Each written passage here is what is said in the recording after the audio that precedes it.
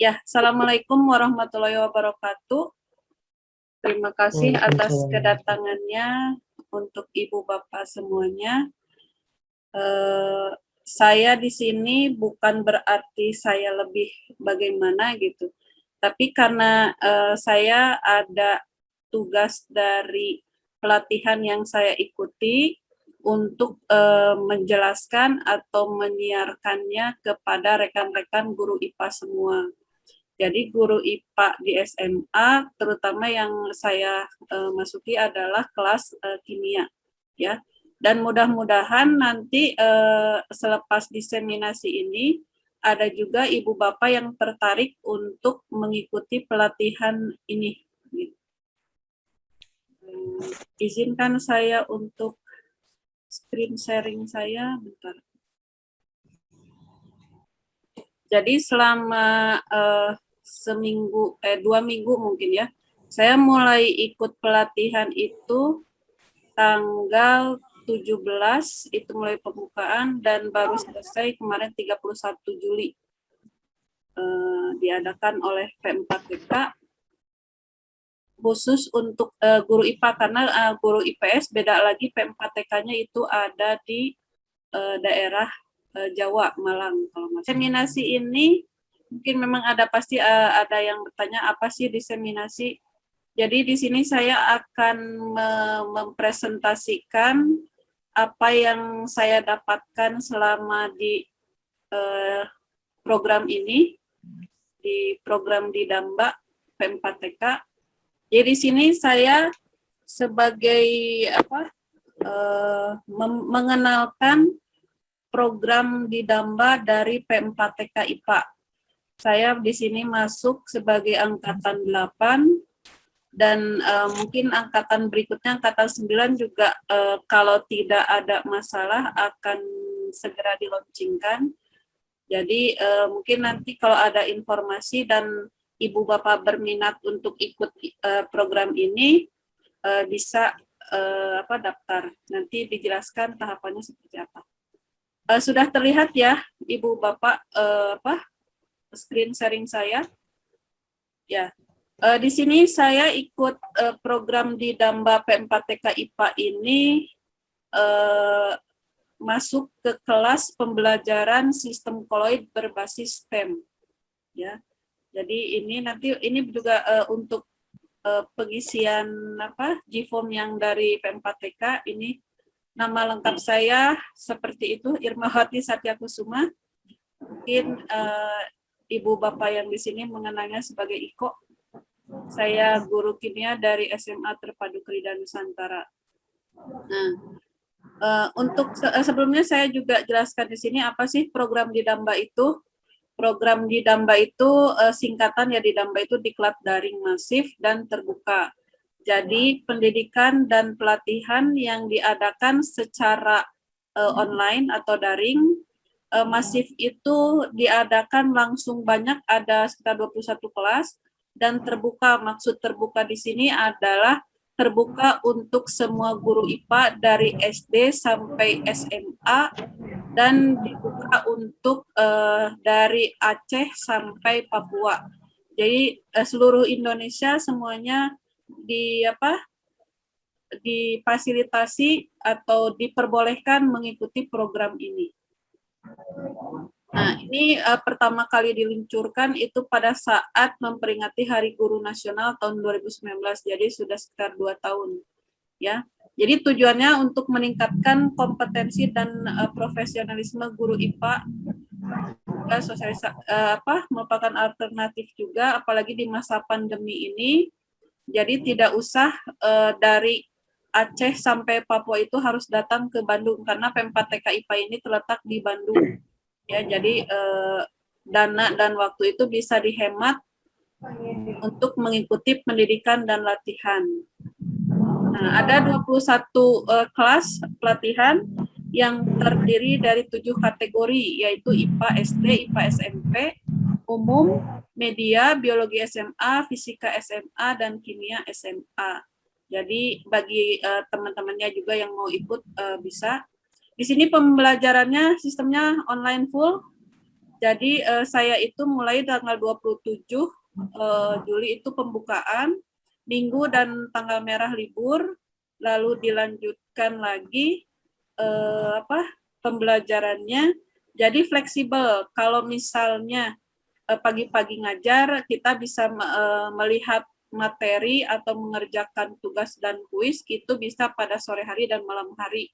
Kebetulan saya juga pada saat ini dimulai, saya sedang sibuk menjalankan atau menunaikan tugas MPLS-nya, jadi berbagi waktu gitu. Dan mungkin untuk guru Krida ini tidak asing lagi karena Diklat ini full menggunakan LMS.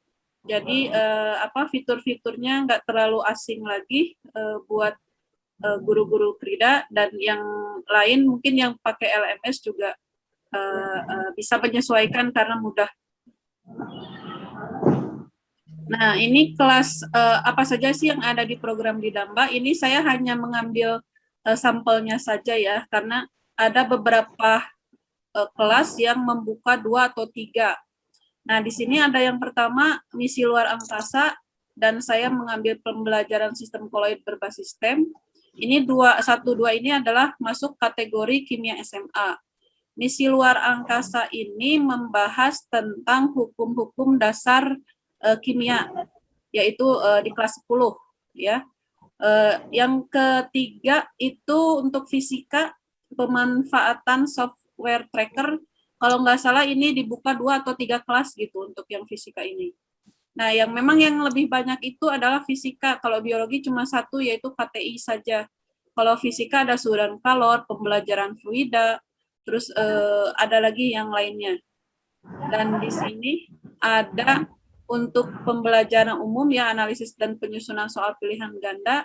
Jadi nanti bisa dipilih sesuai dengan minat kita, minat kita di mana. Misalnya di nomor 9, pemanfaatan teknologi media digital dan pembelajaran IPA berbasis computational thinking.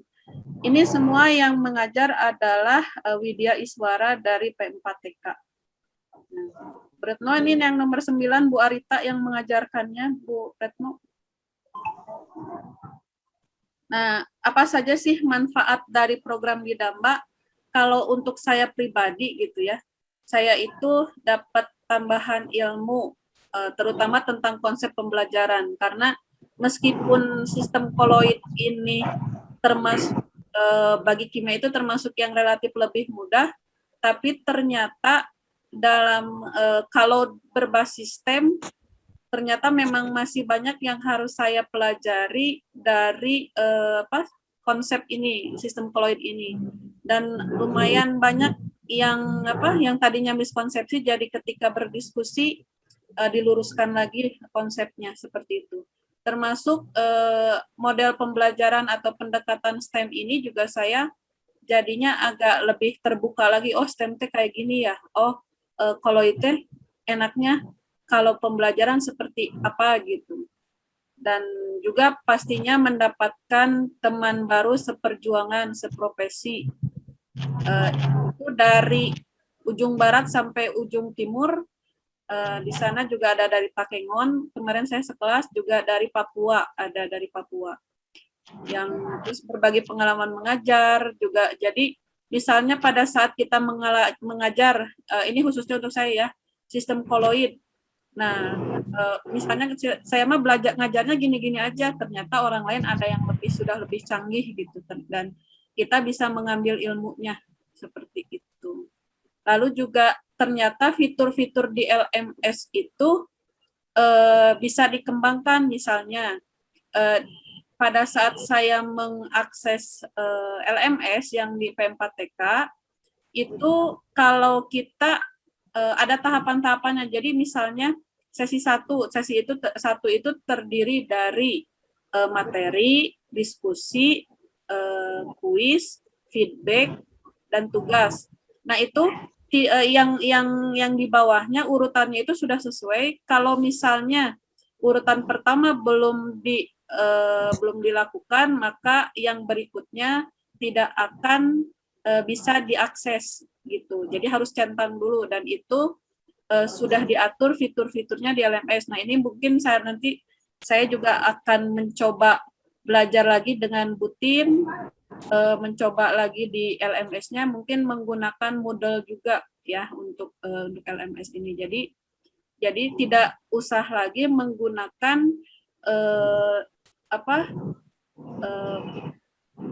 platform lagi yang lain gitu misalnya. Jadi 100% udah WDLMS sehingga anak-anak tidak bingung. Itu sih yang saya dapatkan. Lalu ternyata saya juga bisa belajar membuat dan mengedit video yang tadinya saya itu agak anti ya buat video untuk upload ke YouTube karena ini mah terpaksa harus upload ya, terpaksa harus bisa gitu.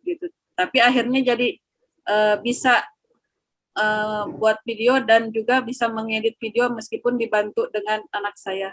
Dan yang terakhir mungkin manajemen waktu karena terutama untuk ibu-ibu ini harus bisa membagi waktu antara ngajar, rumah, ngasuh anak dan juga belajar materi ini. Jadi kayak kuliah jarak jauh lagi gitu meskipun waktunya sedikit.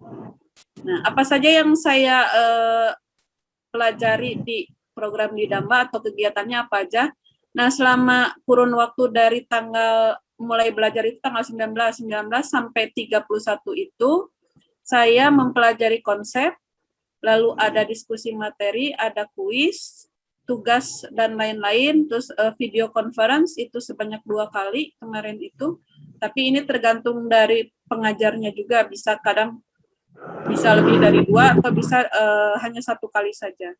Ada tes awal dan ada tes akhir, tapi jangan khawatir karena tidak terlalu sulit, apalagi bagi kita yang sudah pernah belajar dan mengajar gitu. Wah, semuanya berlangsung secara online dan dengan waktu yang fleksibel, jadi lebih nyalse lah gitu kalau Sundanya. Nah, ini contoh materi yang ada di kelas di Damba. Dan di sini mungkin bisa dilihat yang sebelah kanan itu adalah dari LMS-nya di Damba, ya. Dan ini juga, nah, ini adalah materi yang sebelumnya belum saya pahami, masalah emulsi minyak dan air. Ada sistem OW, ada sistem WO. Nah, ini kami juga di sini banyak berdiskusi tentang emulsi ini karena memang ternyata bukan saya saja yang mengalami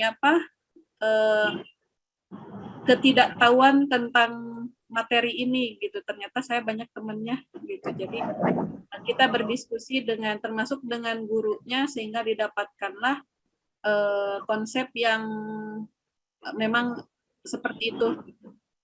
Nah, ini tugas yang saya kerjakan, mungkin bisa dilihat videonya. Dan di sini saya mengambil tugasnya itu harus membuat makanan yang pembuatannya menggunakan prinsip koloid.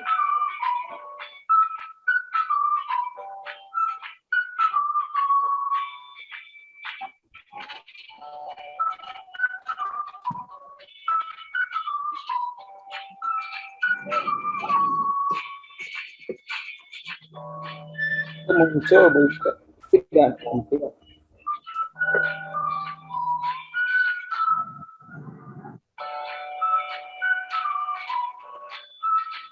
Saya videonya kok ya nonton Bu Iko. Kumaha videonya gimana? Tidak nampak. Taya. Oh, Gaya oke. Siap. Bacan di share. Suaranya ayat tuh. Ayah. Suara mah aya. Oh, Suara okay. aya. Suara mas cekas, Bu. Di-sharekan saja. Ini video ini sebenarnya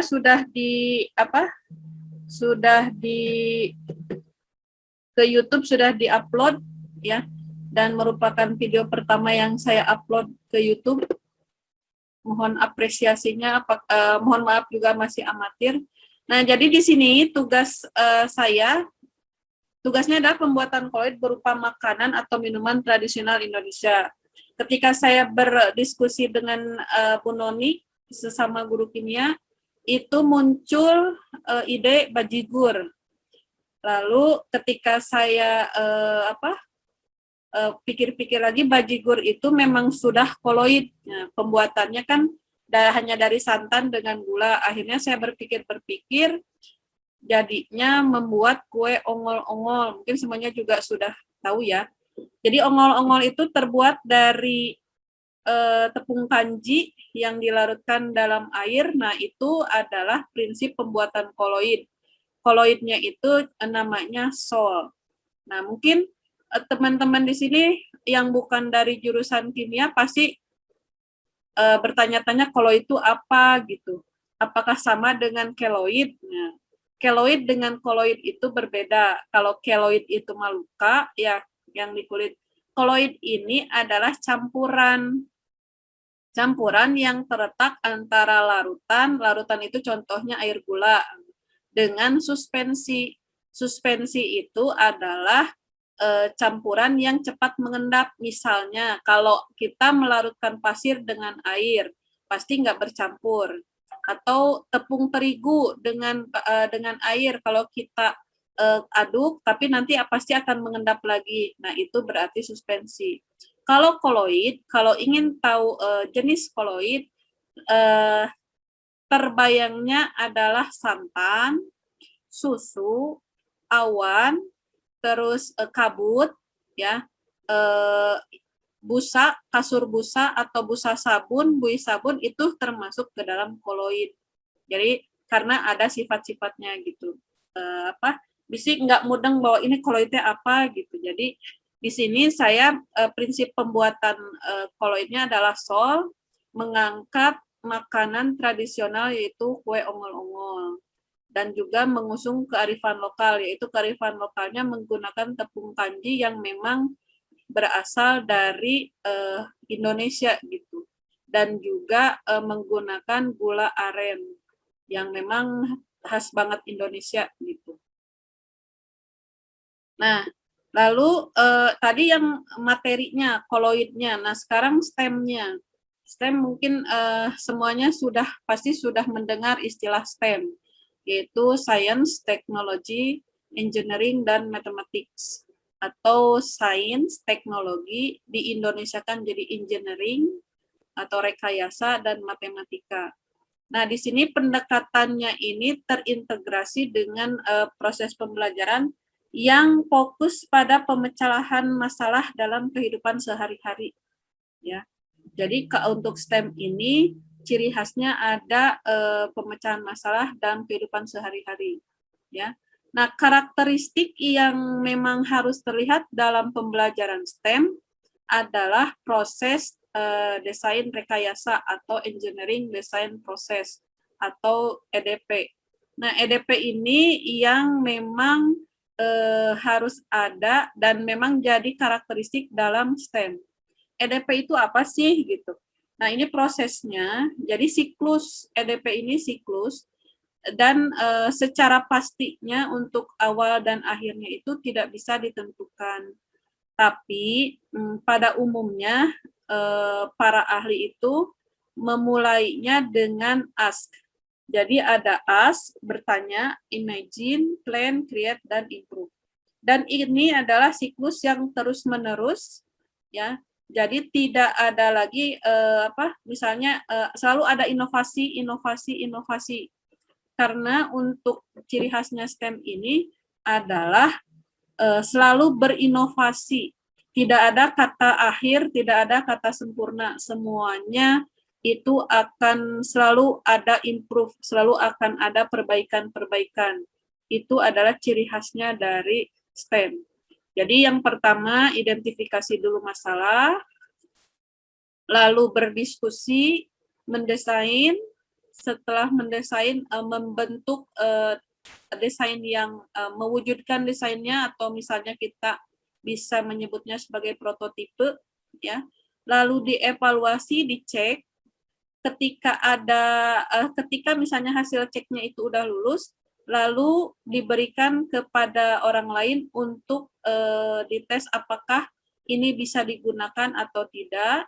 Kalau misalnya ada belum ada kesempurnaan atau misalnya harus diperbaiki, desain ulang, konstruk, les evaluasi dan seterusnya, itu adalah siklus dan terus-menerus. Itu adalah ciri khas dari STEM, ya.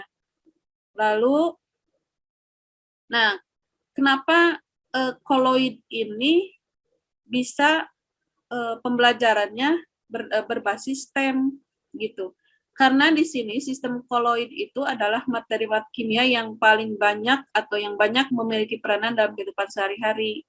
Karena kita banyak mengenal koloid ini di industri farmasi, kosmetik, dan juga makanan. Di farmasi mungkin kita mengenal ada salep, ya, ada obat batuk, ya, semuanya larut cairan-cairan itu adalah terbuat atau membuatnya itu berdasarkan prinsip koloid. Lalu kosmetika kita mengenal istilah lotion, krim, terus hairspray, itu juga merupakan sistem koloid atau industri atau bahan yang dibuat berdasarkan prinsip koloid. Dan ternyata di makanan pun memang banyak tadi, ya, misalnya ongol-ongol, terus papeda, puding, lalu mayones, keju. Nah, itu juga merupakan peranan koloid dalam kehidupan sehari-hari. Nah, begitu juga untuk peristiwa atau proses yang menerapkan sifat koloid. Misalnya nih, kenapa ya langit itu pada siang hari berwarna biru? Nah, mungkin orang-orang fisika juga mengenal dengan istilah panjang gelombang. Nah, di kimia itu digabungkan konsepnya dengan konsep koloid. Langit berwarna biru di siang hari, berwarna jingga di sore hari. Lalu ada pembentukan delta di muara sungai. Nah, bagi yang belum tahu delta itu, jadi kalau misalnya di muara sungai ada semacam pulau atau daratan yang biasanya berbentuk segitiga. Nah, ini adalah penerapan sifat koloid, yaitu koagulasi. Jadi muara sungai itu termasuk koloid karena banyak dia terlarut di dalamnya. Lalu laut itu adalah kumpulan elektrolit, sehingga kalau koloid berkenaan dengan koloid dengan elektrolit bertemu, maka akan timbullah koagulasi karena muatan-muatannya dinetralkan. Begitupun konsep dalam penjernihan air dan hemodialisis. Cuci darah ini juga merupakan, darah itu kan merupakan koloid, ya, merupakan koloid, dan dalam darah itu banyak terdapat pengotor-pengotor seperti urea dan lain sebagainya. Mungkin guru biologi lebih jago lah, ya. Dan di tubuh kita kan yang berfungsi untuk cuci darah adalah ginjal. Nah, bagi orang yang darahnya atau ginjalnya itu bermasalah atau yang biasa disebut gagal ginjal, maka cuci darahnya itu dilakukan di luar tubuh, yaitu melalui mesin dialisator yang dikenal dengan istilah hemodialisis. Nah, ini salah satu proses EDP dalam materi sistem koloid yang saya ambil adalah penggunaan deodoran. Nah, deodoran itu ternyata menerapkan sifat koloid, yaitu adsorpsi. Bukan abdi, ya, tapi pakai D, delta, adsorpsi, yaitu penyerapan sistem koloid pada permukaan. Nah, deodoran ini tercipta untuk menanggulangi masalah bau badan. Sampai saat ini kan banyak sekali inovasi tercipta dari deodoran ini, sampai pokoknya dari produknya yang nyaman sampai aman digunakan. Karena ternyata dalam deodoran ini ada suatu zat, saya lupa namanya apa, aluminium hidroksiklorat kalau nggak salah, ya, saya lupa lagi nanti ya. Dan ini apabila digunakan terus-menerus akan mengakibatkan kanker ternyata. Fungsi dari zat tersebut adalah untuk mengurangi keringat, mengurangi jumlah keringat di kulit kita. Tapi ternyata ketika zat itu terserap, jika digunakan terus-menerus ternyata membahayakan tubuh kita gitu. Nah, akhirnya dari penemuan-penemuan itu digunakanlah atau terciptalah inovasi deodoran yang baru, yang aman dan juga nyaman ketika digunakan. Begitu. Jadi itu proses EDP-nya. Nah, kenapa kok saya ternyata bisa ikut program di Damba ini? Nah, ini mungkin ada yang pernah ingin nyoba tapi sulit atau bagaimana. Jadi saya pertama dapat itu surat pemberitahuan kalau nggak salah dari MGMP atau dari mana gitu. Dari MGMP dapat surat pemberitahuan dan saya coba ikuti proses-prosesnya ternyata berhasil gitu. Nah, mungkin nanti Bu Rena ya yang waktu kemarin nggak berhasil bisa dicoba lagi untuk angkatan 9 karena sepertinya akhir bulan Agustus atau awal bulan September itu akan ada pembukaan lagi diklat ini gitu. Nah, ini jadi ada pemberitahuan juga bisa ditemukan di lamannya P4TK. Ini. Jadi ada pemberitahuan ini waktunya itu biasanya mepet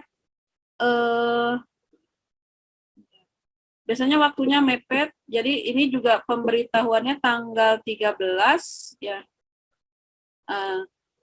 Pelaksanaannya tanggal 17 tapi pengumuman pendaftarannya 14-15 diumumkan tanggal 13 gitu. Jadi banyak yang tidak bisa ikut karena terlambat gitu.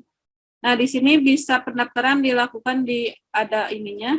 Nanti juga saya bisa share surat pemberitahuan ini.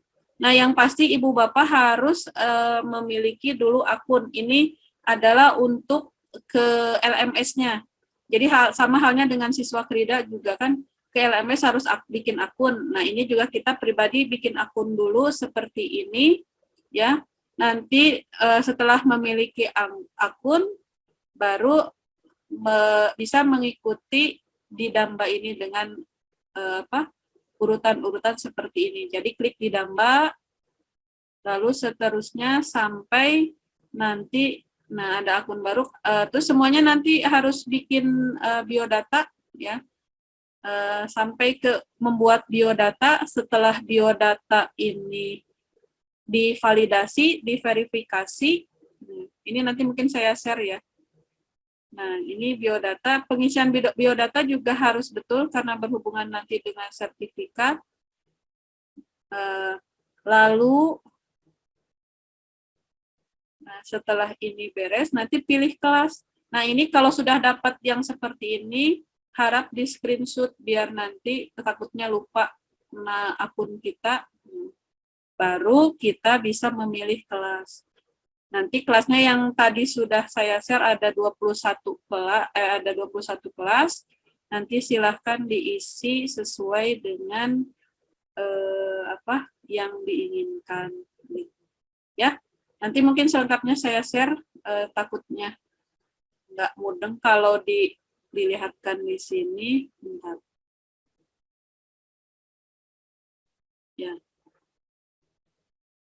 Nah, ini model pembimbingannya seperti ini.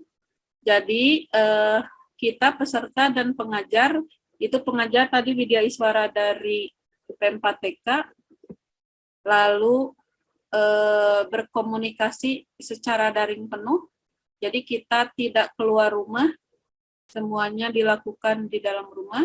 Nah, ini yang proses pembelajarannya seperti ini. Yang pertama ada sesi pendahuluan dulu. Sesi pendahuluan, di sini ada pembukaan dan seterusnya. Nah, ini semuanya ada jadwal kegiatannya. Jadi terdiri dari sesi pendahuluan, 3 sesi inti, dan 1 sesi penutup. Nah, di sesi inti inilah kita belajar ada aktivitas belajar, di sini ada materi-materinya, materi dan diskusi dengan sesama teman, peserta dan pengajar. Lalu ada forum diskusi juga sama berbagi pengalaman dan memecahkan masalah bersama. Lalu tugas-tugas, ya, umpan balik dan tes sesi. Nah, di sini ada sesi penutup. Untuk tugas-tugas, kalau misalnya kita sudah pernah mengajar di satu materi itu, biasanya nggak terlalu sulit ya. Jadi konsep sudah kita kuasai, juga tugas-tugas juga mungkin biasanya kita juga meminta siswa untuk mengerjakan tugas tersebut. Jadi untuk para guru yang pernah ngajar, insya Allah sih tidak kesulitan untuk masalah tugas dan kuis. Ini berasa kuliah lagi gitulah. Nah, ini sistem penilaiannya, tes akhir 30%, nilai keterampilan itu tugas ya, produk 40%, nilai sikap itu dari keaktifan dan seterusnya. Jadi ini nanti setelah ini diseminasi seperti ini, lalu dapat sertifikat seperti itu. 36 jam pelajaran untuk keikutsertaan. Begitu, rekan-rekan, terima kasih atas perhatiannya. Apakah ada yang mau ditanyakan? Mudah-mudahan diseminasi yang saya sampaikan ini bisa bermanfaat, bisa memberikan pengalaman, bisa berbagi pengalaman dengan teman-teman semuanya, sehingga kita juga bisa mengupgrade diri kita meskipun di masa pandemi ini. Ya. Apakah ada yang mau ditanyakan terkait dengan diseminasi ini? Boleh sedikit Bu Iko menambahkan dikit? Mangga Pak Asep. Ini Bu Iko, saya juga pernah mengikuti program STEM ini ya di Damba, dan terkait juga dengan fisika begitu. Di antaranya setelah pembelajaran STEM itu, kita berdiskusi dengan semua guru-guru yang di Kota Bandung itu di MGMP, bersama pembina dari P4TK juga, yang pada kenyataannya program STEM ini bisa mengaitkan satu atau beberapa mata pelajaran untuk membuat satu program pembelajaran STEM. Bisa dalam satu semester itu dilakukan satu kali, atau mungkin satu semester 2 kali, ataupun dalam 1 tahun satu kali. Karena beberapa KD tentunya ada yang tidak bisa kita STEM-kan untuk materi-materi tertentu, atau KD-KD tertentu materinya tidak dapat di pembelajaran STEM-kan. Hanya ada beberapa KD yang bisa kita STEM-kan dan bisa kita gabungkan begitu. Bisa oleh satu pelajaran menggabungkan beberapa KD, ataupun beberapa pelajaran bergabung memprogramkan sebuah STEM, sehingga ditugaskan kepada peserta didik, apakah satu angkatan ataupun satu kelas atau bagaimana seperti itu Bu Iko. Mungkin ada tanggapan dari yang lain. Terima kasih Bu Iko. Ya, sama-sama Pak Asep. Ya, memang untuk STEM ini tidak tidak semua harus di-STEM-kan karena ada ciri-cirinya yang bisa di-STEM-kan. Di sini ada sudah terlihat mungkin ya tayangan saya. Nah, di sini ada langkah-langkah untuk perencanaan pembelajaran STEM. Jadi kita harus mengidentifikasi dulu KD, terutama KD 3 dan KD 4. Ini harus sesuai dengan pembelajaran berbasis STEM. Jadi harus mengidentifikasi topik, IPK-nya, komponen STEM-nya, lalu aktivitas belajarnya, dan semuanya itu dituangkan dalam RPP. Mudah-mudahan sudah bisa terlihat. Nah, ini untuk yang kimia ya, untuk yang fisika juga mungkin nanti bisa menyesuaikan, yang biologi juga. Yang jelas di sini ada kata kuncinya. Jadi yang pasti ada kata kuncinya, terutama di keterampilan, yang di keterampilannya. Jadi untuk STEM ini lebih banyak outputnya itu adalah sebuah produk, baik produk itu produk tulisan maupun produk barang. Nah, itu ciri khas dari STEM. Jadi kalau misalnya di kimia itu tadi sistem koloid, terus ada di kelas 10-nya itu adalah ini ciri-cirinya yang bisa dikembangkan dengan STEM. Membuat, merancang, menyajikan, membuat. Jadi memang hasilnya adalah produk. Jadi kalau hasilnya produk itu bisa jadi STEM. Di biologi, di fisika banyak ya yang KD keempat, terutama KD 4. Nah, ini untuk yang KD kelas 10, membuat model bentuk molekul. Nah, ini bisa di-STEM-kan. Lalu elektrolit, larutan elektrolit, dan juga hukum-hukum dasar menganalisis itu bisa dibuat STEM. Untuk kelas 11 ada KD 4.3, 4.14, tadi koloid dengan dampak pembakaran.